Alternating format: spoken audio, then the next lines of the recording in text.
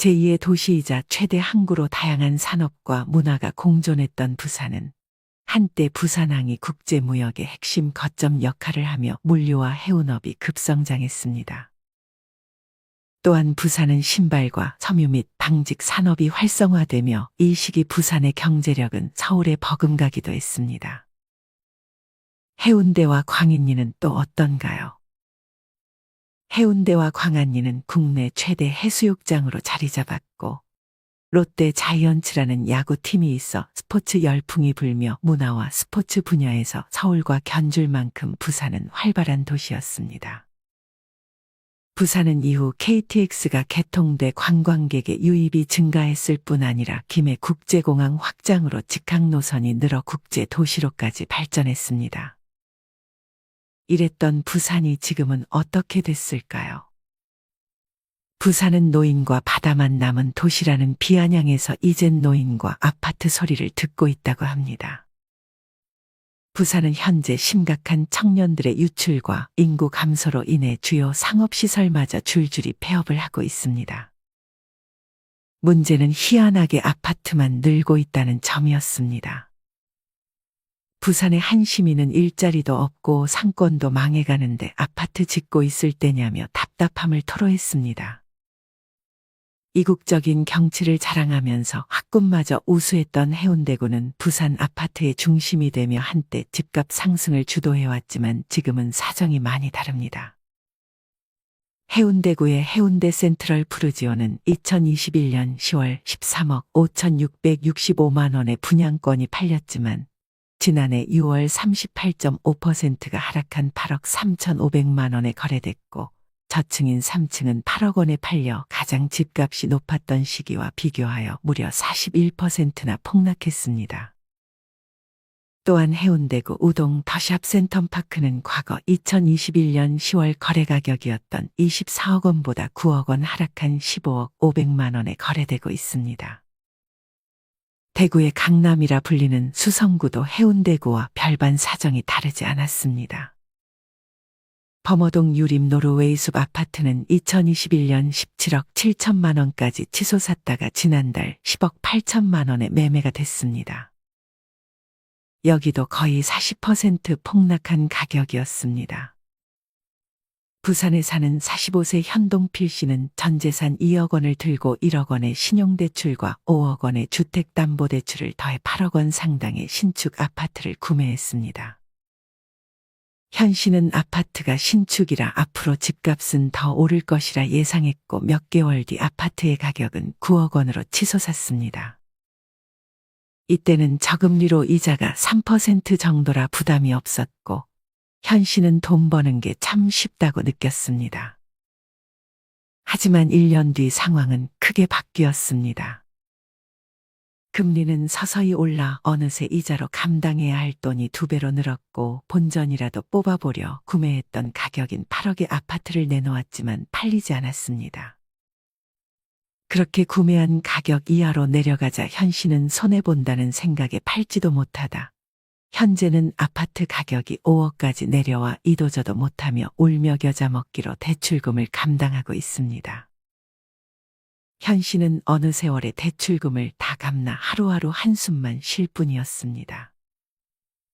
이렇듯 부산의 부동산 시장은 깊은 침체의 늪에 빠지고 있습니다.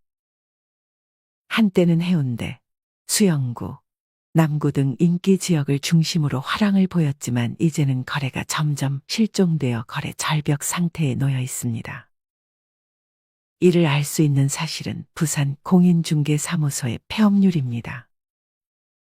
지난해만 해도 부산에서 하루에 3곳 정도의 공인중개 사무소가 문을 닫았고 폐업률은 무려 13.5%에 이르렀습니다.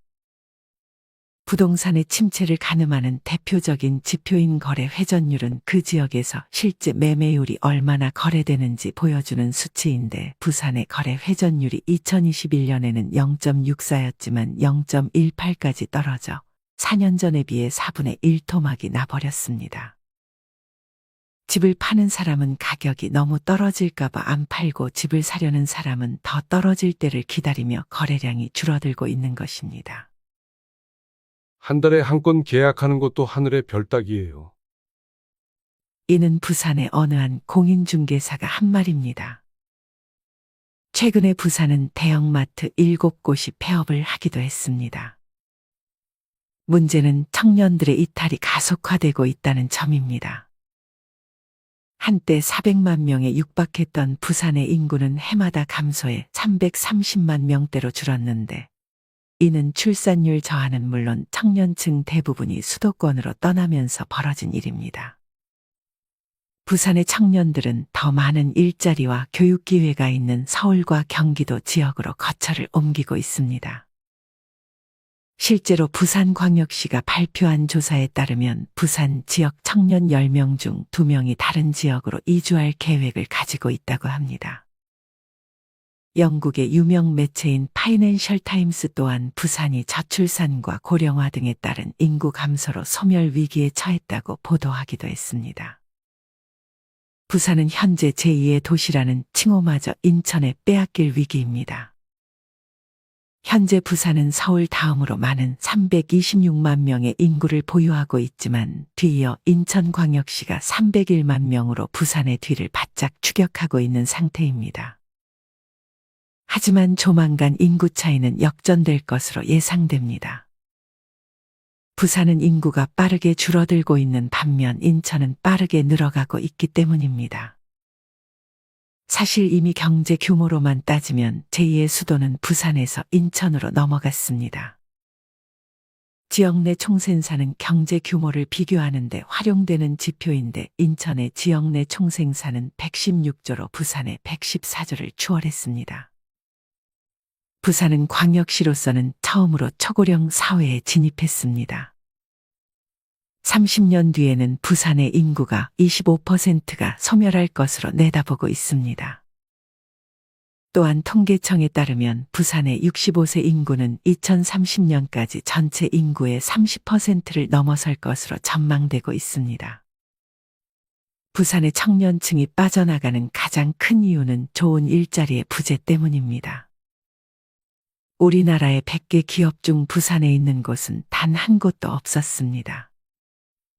부산에서 26년간 살았던 어느 한 청년은 얼마 전 서울로 이사를 갔습니다.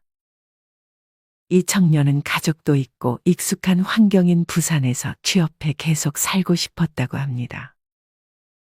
하지만 부산에서는 청년의 직종에 맞는 직장을 구하는 것도 어려웠고 월급은 서울보다 확실히 적어 결국 이사를 택했습니다. 부산에서 계속 살아야 할 이유를 찾기 어렵네요. 청년은 이렇게 말했습니다. 지난 고용노동부가 발표한 자료에 의하면 부산의 청년층 평균 연봉은 3,200만 원 수준으로 서울과 비교해 약 20% 낮은 것으로 나타났습니다. 이런 이유들로 청년들은 부산을 이탈하며 인구가 점점 감소하고 있지만 문제는 아파트만 늘고 있다는 점입니다. 2021년부터 부산에서는 대규모의 아파트 공급이 이어졌습니다. 하지만 이를 받아줄 수요는 당연히 부족했고 그 결과 미분양은 점점 쌓여만 갔습니다. 어느 한 시민은 서부산 T지를 지나면 왼쪽 커버벌판에 우후죽순처럼 아파트 빌딩이 올라가고 여기 에코델타시티를 한참 건설하고 있는데 누가 저기에 들어갈까 심히 걱정된다고 합니다.